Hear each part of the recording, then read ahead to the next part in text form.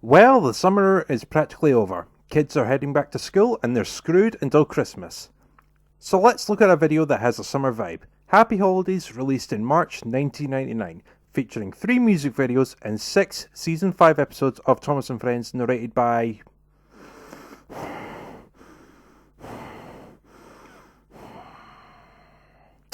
I'm not going to say it. I'm not going to say his name. Every time I say his name, I need to make the joke. It's not happening. I'm not gonna do it. Right, I'm gonna phone the police to make sure I don't say his name. Oh, nothing gets past your uniform, boys, eh? Oy, oy, oy. If I could say one thing, the video cover is a massive lie. It features Thomas on the beach, and none of the episodes actually feature the beach. So Topham Hatt goes on holiday, sure, but the closest he gets to the beach is the station, Tidmouth Halt. Super. The only true reference to the beach in the entire video is in one of the songs.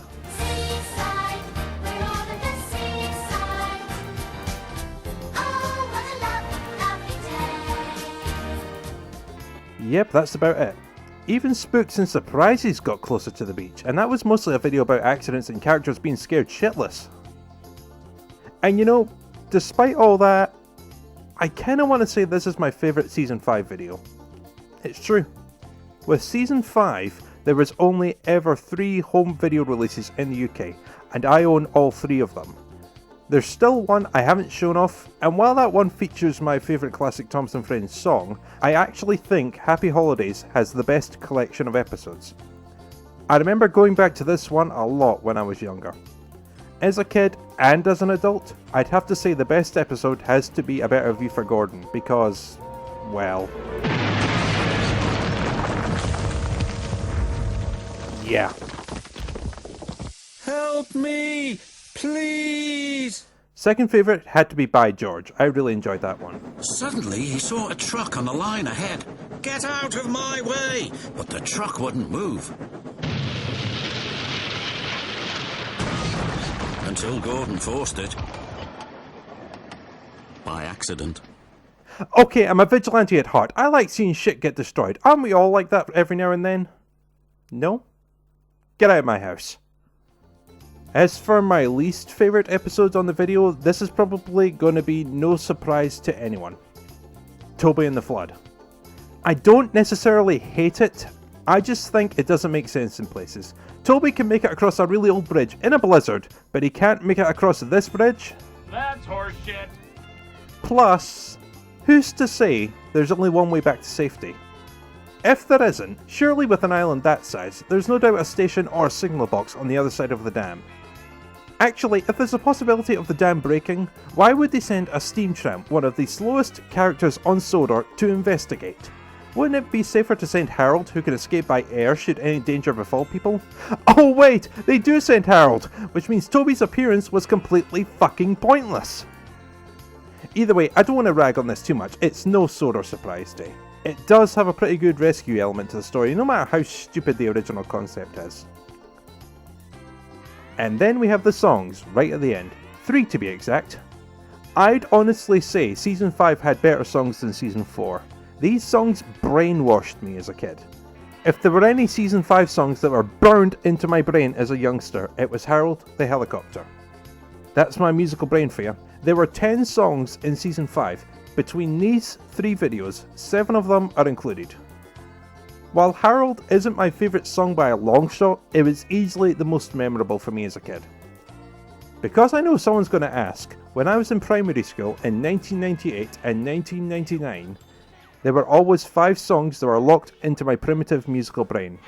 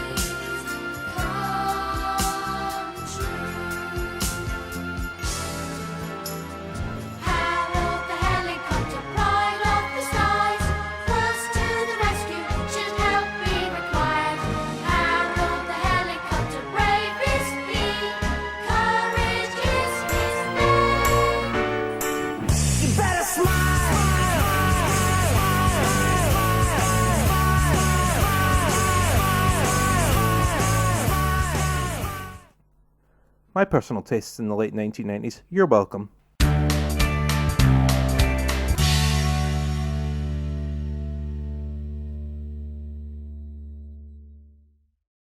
Let it be known that I hate travelling. I am more than content to stay at home and do my own thing. In 2008, I was forced into a 2-week break to Canada along with the rest of my family. Truth be told, I didn't actually have that bad of a time. It was April and it was still snowing, so I was more than content. Most of the time I was either out in the snow or eating ice cream and watching Family Channel. Yeah, it didn't take long for me to learn that Family is basically an American version of Disney for me. Yeah, I know there's an American Disney. I watched it regularly when I went to New York. Family just seems like a sister channel. Maybe it's just Canadian. I'm not sure. Doesn't matter.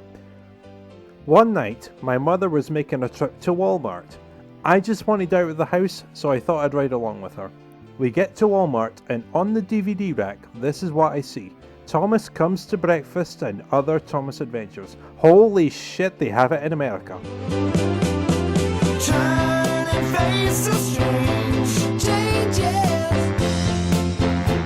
As you'd expect, I scooped up not only this, but a fair number of American DVDs. What, you thought I was going to pass them up? Don't be silly. So Thomas Comes to Breakfast hosts 8 episodes from seasons 1 and 2, all narrated by Ringo Starr. Oh, wait a minute. It's not him this time. It's not him. It's actually George Carlin this time. The weird thing is, I knew perfectly well that this was an American DVD from an American retail store in North America. And I was still surprised to hear that the narrator wasn't Ringo Starr. I don't know why, I was actually caught off guard when I heard George. I was well aware of Shining Time Station and the American dub of Thomas at this point, but nope, I was still caught off guard. I have very little to say on this one, truth be told. Other than it being American, it was a basic DVD purchase for content I'd already seen. Obviously, I'm not going to cover every DVD I purchased, at least not right now, but since this episode is going to be super short otherwise, I'll point out one more DVD. Let's take a brief look at Best of James. I have no idea where my original copy is, and obviously I could have invested time and money into buying a new copy, but I didn't want to. This one hosts 8 episodes from seasons 1 through 4, also narrated by George Carlin. No mic talk today. Surprising, yet original. It won't last.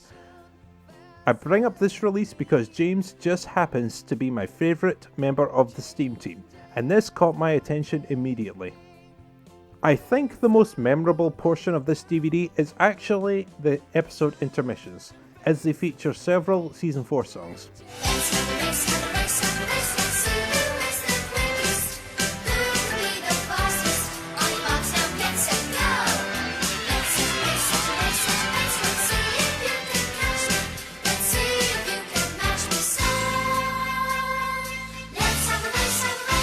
Cool. Just so cool. There's nothing so much cooler. I mean, you can hear the coolness of my voice. It was a happy time. I could tell you a story about my easily pleased 14-year-old brain. It's much cooler. I was in Canada for a fortnight and I bought a fair collection of US DVDs.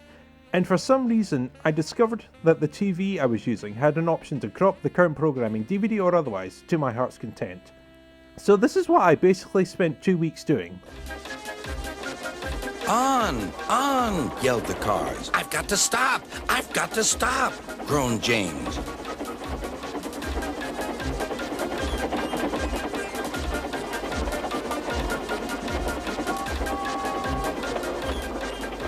Disaster lay ahead.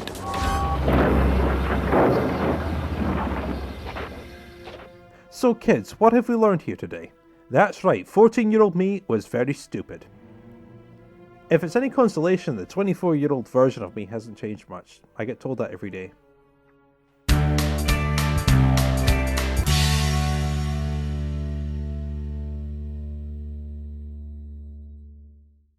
Now, with video memories, it's all about going back. Today, we look at Down the Mine and Other Stories, the second Thomas & Friends video I ever owned. We know at this point that my first ever Thomas & Friends video release was Troublesome Trucks and Other Stories. But this is not my original copy of Troublesome Trucks. This is a copy I purchased on eBay last year. So currently, this is my oldest Thomas and Friends video I own, and it's probably my second favourite behind Chases, Races and Runaways. When it comes to going back, you can't go back much more than this. Oh, whatever. So let's look at it. Now, before we begin, if you collected British Thomas and Friends videos back in the 90s, there was one advert that everyone saw. Welcome to the world of children's videos. It's video collection's special favourites for our young audience, beginning with the adventures of Thomas the Tank Engine and friends. Hurry up, Thomas. Life on the island of Sodor can be very busy, but the engines enjoy their work on the railway. Sometimes the adventures Thomas has with his friends land them in trouble. Boxes and bags burst everywhere. Oh! Groaned Percy. Now, I've covered this several times. I credit it to Trust Thomas most of the time, but time for me to contradict myself once again. This video, and this advert in particular, was my first real-time hearing that guy who appeared in the bill. The guy who goes by the name of Michael. Billy, if you were on the bar last night, tell these officers everything they need to know. No, not him. The one I always make jokes about. The one people actually like. The other Michael. Actually, can I avoid the joke if I only use his first name and not his surname? Do I have to say both of them bite the bullet, or is there some sort of loophole where I can get away with just saying his full name and avoid cliche gags? I don't know. I don't fucking know! Oh wait, the joke hasn't been made yet. Question answered. Moving on. So, stupid jokes aside, this was my genuine first time hearing Michael. Of course, being an extreme simpleton of 3 years, I barely noticed the difference between him and Ringo. Of course it's easy for adults to discern who's who, but back then, they were all the same. Yeah, I've mentioned this several times before. It's relevant to the video, so shut up! You don't like it? There's the door there. You're staying? Super.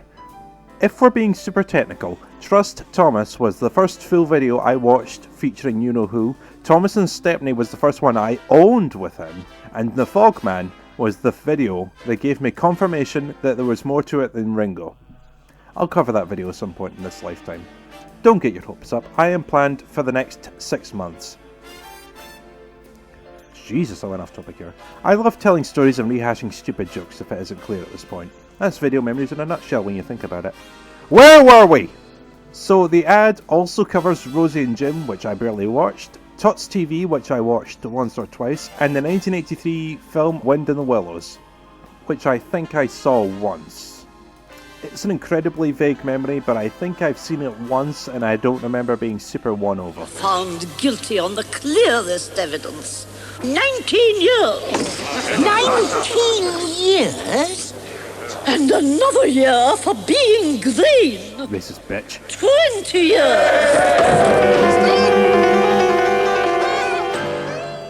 Yeah, I got nothing. And now the VCI logo plays. Wait, that's not VCI. Truth be told, I haven't watched this video in years, and I could have sworn this was VCI. It turns out a fair few of my videos have this logo, and it just slipped my mind. And I've heard stories about this logo freaking the everlasting doo-doo out of many innocent kids. I share their pain. I was there. I don't know if it's the big ominous fuck you bang at the beginning, or the rather trippy and severely outdated animated satellite slash TV slash whatever that wobbles everywhere before transitioning into a large red rectangle, but it traumatized us. VCI for life over here.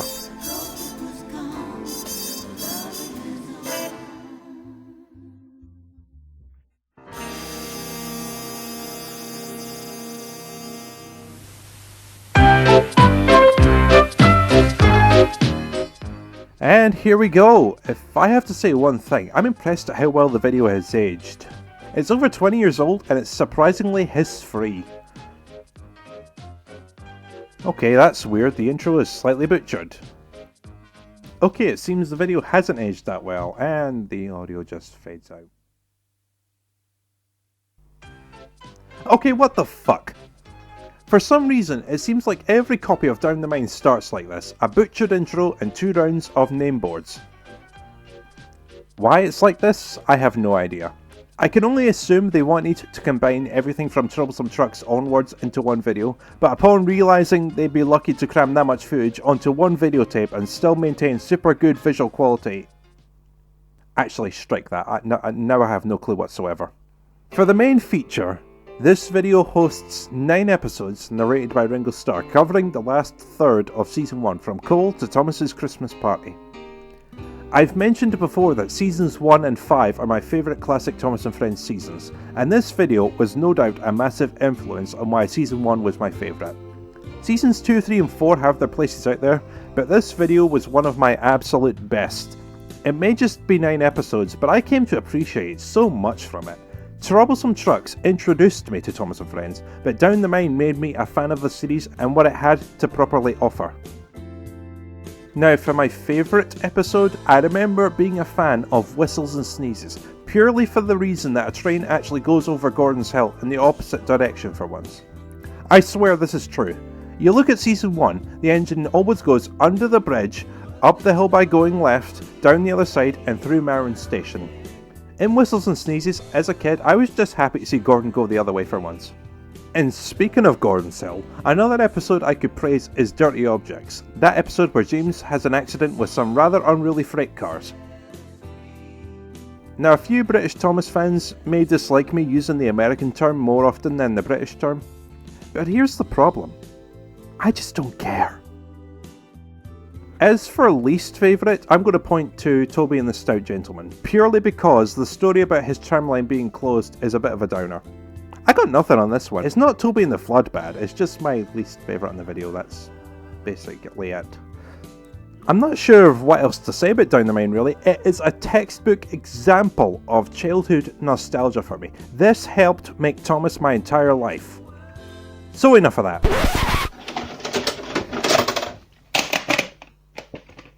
Too much nostalgia can make a guy giddy.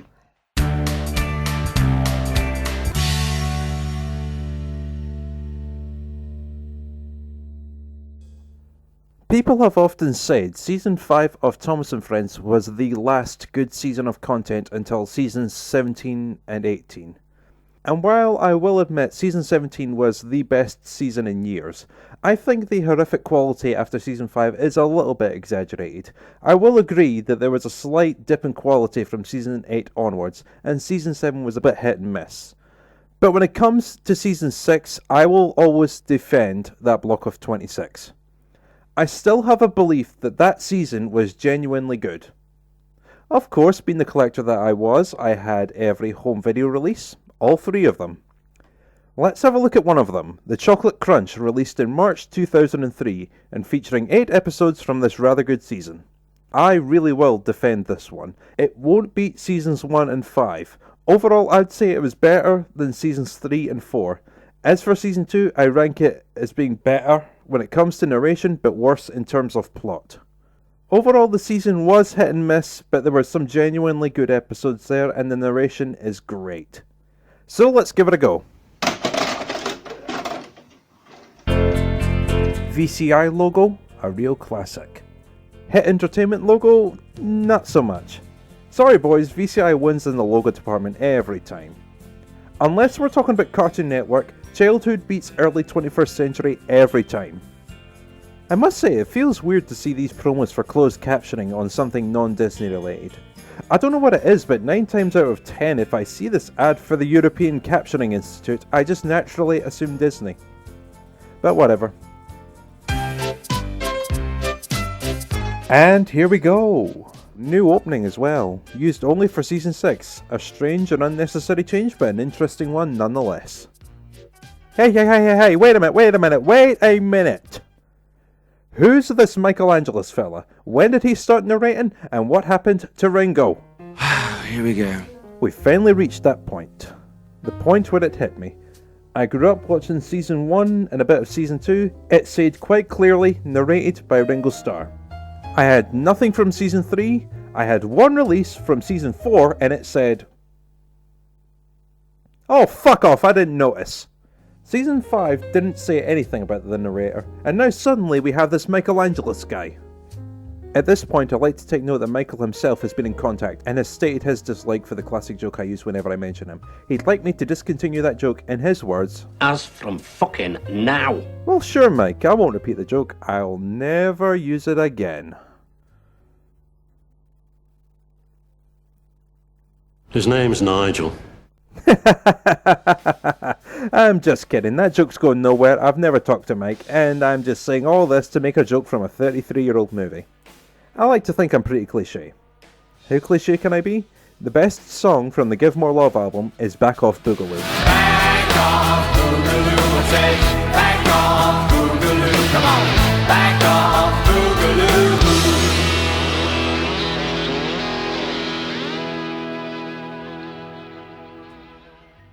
Enough said. So anyway, 8 episodes from Season 6. Percy's Chocolate Crunch, Jack Jumps In, The World's Strongest Engine, Middle Engine, Buffer Bother, Thomas the Jet Engine, Duncan, and finally Faulty Whistles. One thing I can't help but notice about the video is that the title is The Chocolate Crunch rather than Percy's Chocolate Crunch. Granted, there was only one Chocolate Crunch, but that never stopped them before. Look at Thomas's Christmas party. There's also the American release, Percy's Chocolate Crunch, released a month prior to this one. That kept the title. There's no complaints really, it's still a great release. Well, the UK one is anyway. The American dub is one thing I will not defend from Season 6. Why the rush, Gordon? Asked Thomas. If I must pull freight cars, then I'll show Salty how an express engine pulls freight cars, Gordon huffed. The American dub of Season 6 sucks and I don't care who knows it. Now as for the best episode, that's a hard one. Really, it comes down to 3. Chocolate Crunch, Thomas the Jet Engine, and The World's Strongest Engine. I want to peg World's Strongest as the best episode. That one gave me a good chuckle. Originally, I just thought Diesel was weak sauce due to his inability to shift those trucks. It actually took me a couple of watches to hear a certain bit of dialogue. Diesel didn't know the shunters had set the brakes on the trucks. The Troublesome Trucks knew, but encouraged Diesel to push anyway. As for the worst episodes, I'd say it's a mix between Duncan and Faulty Whistles. I was never huge on those two, as much as I love Mike's voice for Duncan. I'll show that smelly Diesel and those lazy steamers. So that's the Chocolate Crunch. I'm not sure if it's the best Season 6 release, but it does have a few winners in there. When it features you-know-who, Season 6 will never get old. No, not him. He's a great actor, but a boring narrator.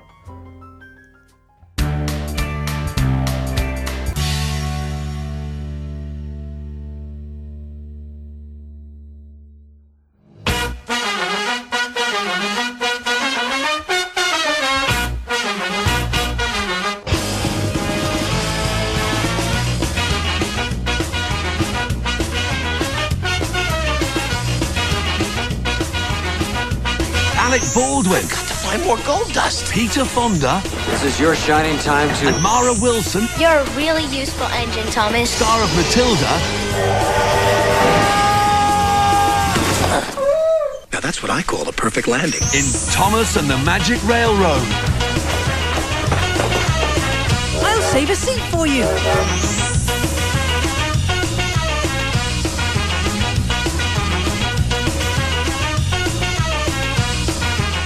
The day I saw that trailer in 2000 is the day I became giddy like a schoolgirl. They were making a Thomas the Tank Engine movie. This was the greatest thing that could ever happen, ever. Now, I'm not sure if I saw Magic Railroad in theatres or not. What I am sure of is the fact that the movie pissed off my mother. It wasn't enough that she was sick of the TV series after 7 years, but the movie came out on her birthday, you see. If I didn't see it in theatres, my first time would have been with this video released in October 2000. The adults were no doubt very vocal on how awful this movie is, but they're adults, what do they know? And now, over 17 years later, it's time to discuss the most infamous production in the history of Thomas & Friends. As per the usual, this is not a hardcore review of the movie, it's just my views and experiences with it over the past 17 or so years. Let's start at the beginning, as usual. Icon! It's an eye, it's just an eye. Now we have an ad for Tomika World. It's a Thomas movie, sell as many toys as possible. I used to collect Tomica, but I never had a set as big as this. Now we have a promo for The Grinch Who Stole Christmas. I've actually never seen the original Grinch. I've seen the Jim Carrey Grinch, but never this one. Surprise, surprise. Holy crap, it's the Thomas & Friends Big Loader. I actually had this. This was the kind of thing that warped any infant with an imagination. As long as it's Thomas and he's doing something functional, the kids are sure to be pleased. And now we have a trailer for a movie called The Miracle Maker. What the hell is The Miracle Maker? Oh boy, it's religious. Religion's bad for me. No. I cannot take 2 minutes to talk about our Lord and Savior Jesus Christ. No. Scooby-Doo and the Alien Invaders, never seen it. Magic Stars, now we're talking, one of my personal favourites. And finally we have the Video Standards Corporation portion of the video. It features clips from Tiny Toon Adventures and Free Willy. Apparently the video is suitable for children. Super! Moving on. And now we can finally talk about the movie, specifically the history of the movie. What makes this movie so infamous? I like to think it relates to the plot. The plot is all over the place. Let's just say it involves Thomas and his friends, Alec Baldwin, a station on the Indian Valley Railroad, a missing freight car in a trippy dimension, a raging diesel with an unruly claw, a lonely old man in a collapsing viaduct. Yeah, that about sums it up. It's a very butchered, Americanized mess. But let's look back. In 1998, Britt Allcroft receives funding to make a feature-length Thomas & Friends feature. She writes and films everything, model and live-action footage. It's gonna be great. It's all fine until it comes to the test screening in 2000. The audiences are not impressed. They cannot release this to kids. So Britt has to return to the drawing board. They had Michael What's-His-Face voicing James and Percy. He has to go. So does Thomas's voice as well. These liver-puddling voices just suck. And that main bad guy, he's too terrifying for kids. He has to go too. Okay, let's talk about P.T. Boomer, the original antagonist and, to a fair number of people, the biggest missed opportunity for the movie. He was cut almost entirely from the movie after audiences found him to be too ominous for kids. In the finished product, he only appears in one scene, very, very briefly. When I did my Thomas & Friends retrospective, I questioned what the point was of him being cut when you compare him to Diesel 10. But after doing a bit of research, I can actually see why he was cut. He was labelled as a drifter who's out to destroy Lady 40 years after crashing her in revenge for Lady's caretaker Burnett Stone hooking up with the love of his life Tasha. It turns out that despite the two of them wanting the same outcome, Boomer doesn't even meet Diesel 10 until the climactic chase at the end. There's apparently a number of occasions in the original cut of the movie where he gets into potentially violent confrontations with Billy Two Feathers or Barnett regarding Lady. In one scene, having his motorbike filled with dynamite, he actually sets off an explosion at Muffle Mountain, possibly with said dynamite. Jesus, that's not the kind of thing you can include in this movie. It's a Thomas & Friends production. You risk traumatizing and potentially alienating the target audience by having these scenes. Diesel 10 can be spooky too, what with his demonic and unruly claw, but in this situation, he can pretty much be seen as the lesser of two evils. I call bullshit on the issue with the Liverpudlian voices. They were no doubt perfectly fine and would have passed for British audiences, but I can see why they wanted Boomer cut. For a Thomas & Friends movie, he's a bit too dark and edgy. Nonetheless, Britt and the editors had a problem here. If they wanted this movie released, she was going to have to make some big changes. She had to cut Boomer from the movie and make some big edits to make Diesel 10 the big bad guy for the movie. And that meant making pretty big sacrifices to the plot. I suppose I should mention that there's currently a petition on change.org demanding the release of the original cut of the movie, complete with P.T. Boomer. Is it worth signing? I'm going to say no. Oh boy, this is going to go well. I'm not out to offend anyone here, but I am actually against this petition. Forget that it would cost a fortune to recut the movie and pay out royalties, and may also require approval from executives at Hit Entertainment and possibly Mattel. Personally, I think this movie was way too ambitious and was doomed from the beginning. It's not like any Thomas & Friends production before. It was trying to be way bigger than it needed to be. It places a great deal of emphasis on the humans rather than Thomas & Friends. All these stories about Shining Time Station and the love triangle between Tasha and P.T. Boomer and Burnett and the eventual vandalism of Lady. Even if P.T. Boomer wasn't really edgy, Brett would risk boredom with the target audience. For one thing, British fans won't have a clue about Shining Time Station. The TV series was never broadcast over here, so they'd have no idea about Mr. Conductor, Stacey Jones, Bill Two Feathers, or the Indian Valley Railroad. They'd have to spend at least 20 minutes to set up the entire station for British fans, not to mention time to set up Burnett, P.T. Boomer and Lily. I suspect more than half the movie would have gone to these humans, and Thomas and the other engines would have just been a sideline. The main plot revolves around restoring and bringing life to Lady after the accident with P.T. Boomer / Diesel, and Thomas is sort of just there until the end. Thomas plays virtually no role in the revival of Lady other than bumping a coal truck into the Magic Railroad. That's pretty much it. Burnett and Patch actually do more for her than Thomas does, and he's supposed to be the main character of this movie. Parents took their kid to this movie because Thomas is on the poster, and they automatically assume that the majority of the film focuses on number one himself. Suddenly they find themselves dealing with multiple human characters with feeble backstories. The kids don't care about these human characters, they just want to see Thomas and his friends. All these dramatic confrontations may have worked out in any other big budget movie about railroads, but the problem is, this is a Thomas and Friends movie. You cannot have complicated and convoluted plot lines in a Thomas movie. I say leave this doomed production in the past and let it stand as an example of how dangerous it can be to be excessively ambitious. What goes on in the human world with Lady and Burnett could have worked as its own movie, as could the events on Sodor with Diesel 10. They just don't work together. Put them together and you get a convoluted and potentially boring and alienating mess of a production. Now, with all that said, is it really one of the worst movies ever made and a disgrace to Thomas and Friends? I don't think so. I know it may sound contrived considering how I've treated the movie so far, but there's more to it. I used to like the movie. I'm willing to bet most kids did.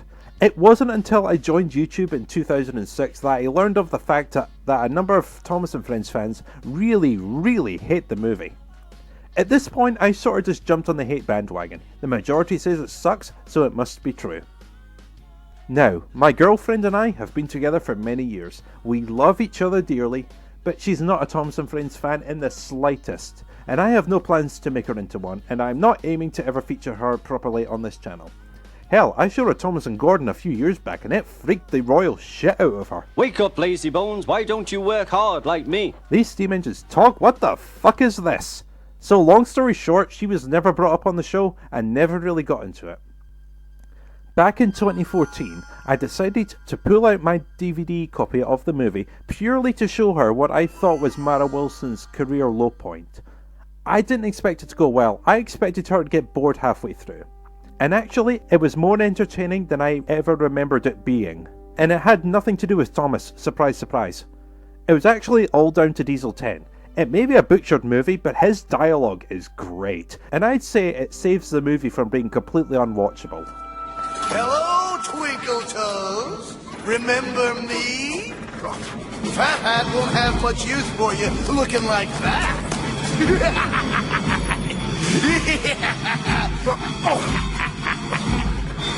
Oh, I see you forgot to bring the sugar. How careless. Say hello to Peachy. So that's Thomas and the Magic Railroad. Despite me bashing it, calling it a butchered mess, and not supporting the petition for the director's cut, it's not the worst movie ever made. I can personally vouch for it that much. Just that much. But it's still a bad movie, no question about it.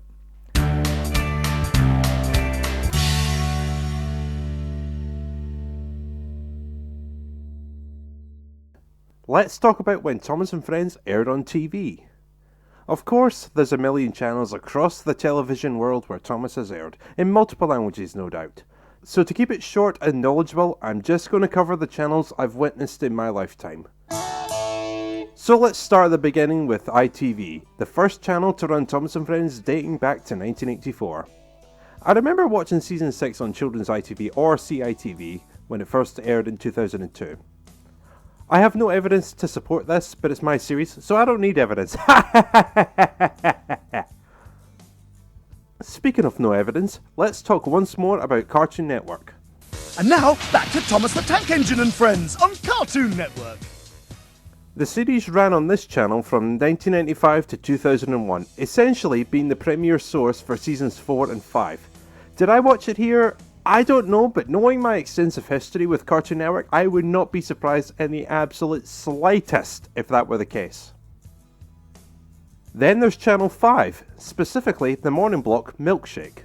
The children will be excited. They should be. We've got brand new Thomas and Friends. There's some old friends. Hello, Thomas. And some new ones. That's right. So make sure you jump on board. Brand new Thomas and Friends tomorrow on Milkshake. This is where brand new episodes of Thomas and Friends have aired since season 10 ran in 2006. It continues to run new episodes of the CGI series to this very day. I remember very well seeing season 12 air on this channel in 2008. I was away on holiday when Thomas and the Billboard ran, and I doubt I was able to catch the regular episodes every morning. But I remember getting straight onto YouTube in the afternoon to check every episode out. I had learned that the Michaels were there to stay rather than Pierce Brosnan, and they were trying something new involving animation, so I was filled with particular enthusiasm for this one. And finally, we get to the channel I know best when it comes to Thomas and Friends. Nick Jr. is proud to announce the arrival of a very special engine, Thomas the Tank Engine. Blow a whistle and wave a flag. It's your chance to drive with Thomas, Edward, Henry, Gordon, James and Percy. Hurry up, please. The engines are proud to run the line, come rain or shine. Well done, boys. Keep it up. It's a children's classic, inviting you to join the engines in their world of adventures. Join Thomas the Tank Engine and Friends on Nick Jr. Just for me. Here we go. Nick Jr. began airing Thomas in 1999, and if I wasn't watching the series on Cartoon Network, I sure as shit was tuning into Nick. I remember it well. Back in those days, Thomas and Friends ran 3 times a day, 8 AM, 12 PM and 4 PM. Each time running the same set of episodes for 25 minutes. Of course, back in those days, I was more than content to watch the same stuff more than once, so I made a decision. Watch the episodes first at 8 AM before school, ignore the 12 PM airing, and record it all at the 4 PM airing when I get home in the afternoon. Great plan, foolproof. And it was this very video that I used to record everything.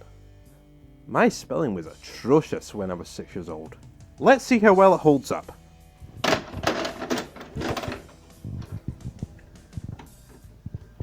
Scotland's big film premiere, Heat.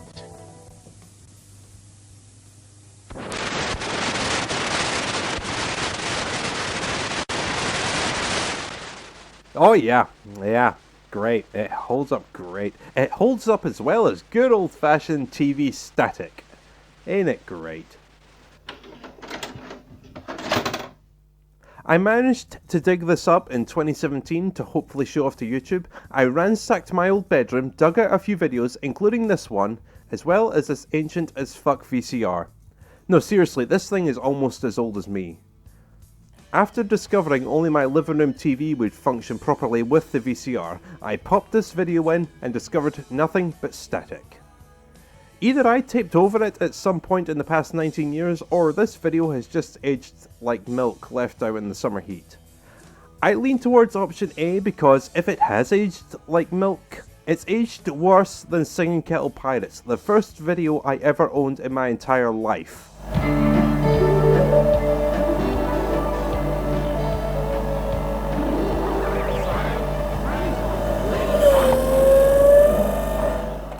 You hear that? My VCR had a heart attack trying to run this video. This tape is from 1995 and it's aged terribly, and yet it still runs better than the Nick Jr. video. So at least I can talk about the recording process. The video began halfway through Percy Runs Away. I was super terrible at timing things. And I assure you, it'll get worse. It began with Percy Runs Away, and where it ends involves a certain amount of guesswork. The tape ran for 3 hours and 3 minutes, 183 minutes altogether. We need to assume I didn't miss a single episode. I was a massive fan after all. Next, we need to determine whether or not I recorded either the opening or the closing credits. I record only the episode and the tape runs out at Thomas, Percy and the Dragon. I record the episode and either the opening or the closing credits, we end at Time for Trouble. In the highly unlikely event of me recording the episode and both sets of credits, we end at the beginning of Woolly Bear. I guarantee that last one didn't happen, but hey, it probably helps to list every option. At the end of the day, it means sod all to me. The video's blank, and many years later, I tried to continue my collection of recorded content, beginning with none of the above. Coasting down the hill, running easily with the wind whistling past. Suddenly, it was a god's warning whistle. What did I tell you? Great timing. Of course, there are a few Nick Jr. blocks to talk about. First up, we have Noggin. This was a nightly 2-hour period where the popular classics were aired. This sounds vaguely familiar. Cartoon! Very similar, but nowhere near as good. Noggin ran from May 2004 until September 2005, and I'm pretty sure it only ran the first 7 seasons. Classics, after all. I know I remember watching this one because I have the proof that shows it. It even appeared in Recordable Fridays. I was even able to record a few episodes onto DVD as well. Just look at that. Wait a minute. This is the wrong Noggin. There was a second Noggin, launched in 2009. It may have been a reboot of the Nick Jr. Noggin, I don't know. It ran on a channel called TMF, The Music Factory. Why a channel relating to MTV would air Thomas and Friends, I have no idea. What I do know is that the channel also aired an obscure cartoon that really pissed off my mother. A year and a half after the beginning, the block was renamed Nick Jr. Classics, but the process remained the same. You're watching Nick Jr. Classics. Coming up next is Thomas the Tank Engine. 1 episode per night, every night. I watched regularly back in the early days. Go figure. After doing a bit of research, Thomas was removed from Classics in 2009 and the block ended in 2010. I remember none of that. Although to be fair, my mind was elsewhere at the time. 4 words, kids. This is Cartoon Network. Speaking of which, before we call it a day, there is one more thing to mention with Nick Jr. And it involves this video from Cartoon Network. I know this might seem confusing, but just go with me on this one.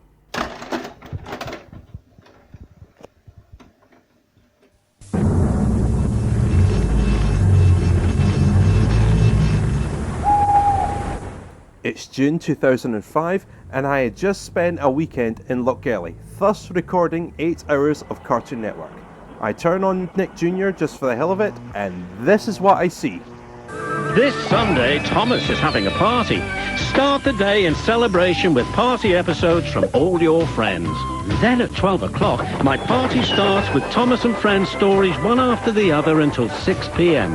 My wife will make the cakes and sandwiches, and I'll be supervising the decorations. All the other engines are coming, and I'd like you to be there too. Join Thomas and Friends for Thomas's party, today at 12 p.m. on Nick Jr. 6 hours of Thomas and Friends? Holy shit. There was just one tiny problem. I only had 1 recordable tape, and I'd already used it the night before. Well, I'm certainly not going to miss this. I hopped on a train because shortcut home. As soon as I reached home, straight into the VCR went this video. It wasn't completely to waste, the only public recording of this 6-hour marathon, and I caught 2.5 hours of it.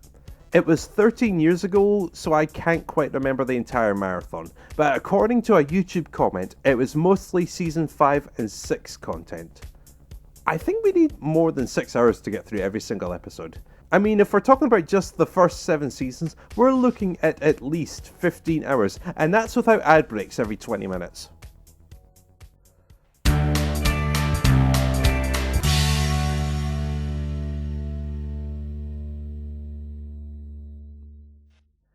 Hey! Guess what? We're not done with 5 yet. We have one more video to talk about before we can leave my birthplace behind. You know, while we're here, let's have 2.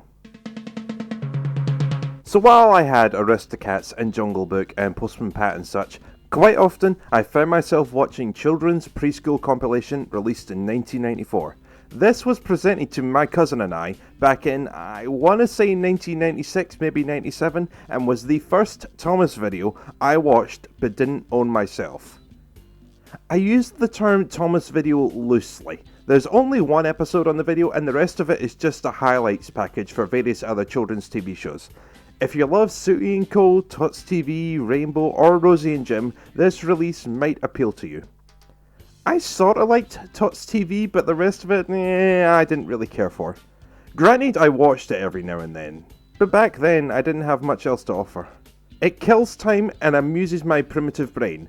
Sometimes I watched it through, sometimes I just stopped after Trust Thomas. One episode is just not enough.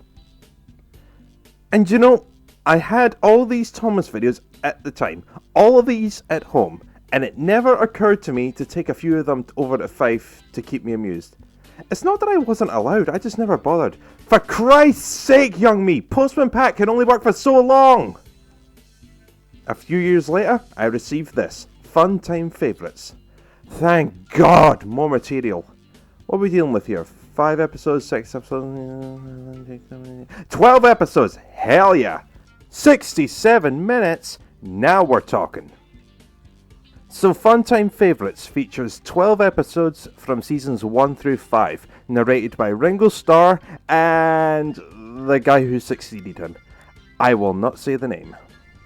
The video has a weird shtick, where each episode is dedicated to a particular character. In this case, the 8 main steam engines, Bertie, Trevor and Terence the Tractor. Apparently kids voted for which episodes made it onto the video. We have Thomas Gets Bumped for Thomas, Percy Runs Away for Percy, Edward and Gordon for Gordon, Toby's Discovery for Toby, James and the Express for James, Edward's Exploit for Edward, All at Sea for Harold, Henry and the Elephant for Henry, Bertie's Chase for Bertie, Thomas and Trevor for Trevor, The Runaway for... Who the fuck voted for The Runaway as Duck's episode? He appears for 60 seconds and doesn't have any lines! And Henry's Forest for Terence, really? Now they're just being silly. The other 10 episodes make sense. Percy Runs Away for Percy works, All at Sea is fine for Harold. They probably could have picked something better than Thomas Gets Bumped, but whatever. If you're young and you ignore the gimmick, it's just a standard video release. About as standard as Down the Mine or Chases, Races and Runaways. Like Postman Pat, it kills time and amuses the kids. That's what's important here, and it does the job so much better than this.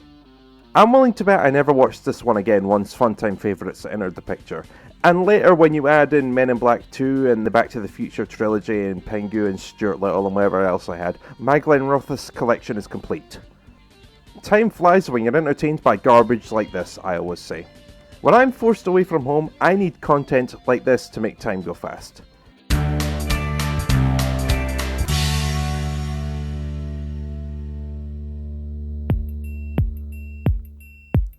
So when it comes to Thomas and Friends, my favourite home video is Chases, Races and Runaways from 1997. I couldn't think of a single positive aspect back in episode 7, but I know for sure I enjoyed it over everything else when I was younger. As for my favourite DVD in the series, that honour goes to the very best of Thomas and Friends, the very first DVD I ever bought dating back to August 2003. The first Thomas DVD, that is. My first DVD overall was Toy Story 2. Yay for history! Unfortunately, my DVD is severely damaged, so we're going to have to go without for this one. What we have here is 16 episodes from seasons 1 through 5, narrated by Ringo Starr and Sergeant Martin Donnelly.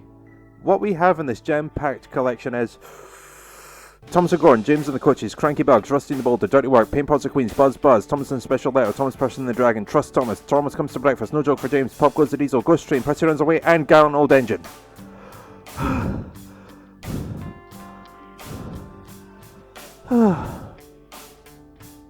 It really is a decent set of episodes.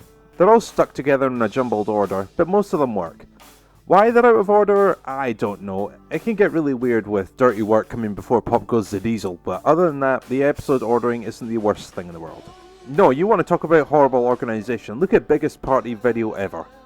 Yeah, I'll have to get to that one day. I'm sure it'll be something else. Now, as I said, when I reviewed Chases, Races and Runaways, I praised the video, calling it the best Thomas and Friends video I have ever owned. And yet, I was able to say very little about what makes it the best. Very Best of Thomas, on the other hand, I know exactly how this one wins over other DVDs. It has the episodes to entertain, sure, but where the DVD has always won in the past 15 years has been in the area of presentation, in this case, the DVD menus. You go into the episode selection and you have 3 pages featuring animated clips from Gordon, Thomas and Percy, alongside preview clips of every episode and short portions of classic episode music from 2 episodes, Thomas and Gordon and James and the Coaches. To most adults, our normal reaction will be, so what, it's just a DVD menu, get over it. But as a 10-year-old who just so happens to be a fan of this children's TV series, it amazes them and will keep them entranced for a long time. If I had to compare it to something non-Thomas related, it would have to be the Toon City period of Cartoon Network. Here in the UK, Toon City was launched in April 2005 and lasted until May 2007. That was 2 full years. Considering how much I watched Cartoon Network in those days, I easily took to the City look. It wasn't just those 2 hours of cartoons every night. The entire day's programming kept me entertained. Let's put it this way, my daily TV schedule revolves around Cartoon Network and occasional half-hour switches to Cartoon Network 2, Boomerang, Toon Disney and later Disney Cinemagic, the successor to Toon Disney. When you take the various eras of Cartoon Network, in this case the 3 eras between 2002 and 2009, and you compare the presentation style of them, Toon City wins over all others. Era 1, Casillas, was simply a series of boxes, each containing a certain cartoon that leads into the next box, essentially setting up a domino effect. As for the era preceding Toon City, whatever that era was called, the presentation and animation feels really bland to look at compared to an entire city housing hundreds of cartoon characters, many of whom you'd never expect to interact in a million years. When and where else would you see Mandy call Professor Utonium a dipshit for thinking he had locked himself out of his car? These days, in the ever-evolving world of home entertainment, presentation is super important. Take this DVD of A Million Ways to Die in the West. I absolutely despise title menus like this. A still background image with vague icons being used to illustrate play, movie and scene selection. They're becoming more and more common every day. I just fucking loathe them. Just the most boring and lazy designed menus I have ever seen. You compare that to The Very Best of Thomas and you immediately notice how appealing the DVD design is. It's all in the presentation. If you want to sell something, it not only has to entertain, but also has to look nice. You know, this video isn't as much about The Very Best of Thomas as it is the importance of presentation in home media. It's something that is incredibly easy to talk about.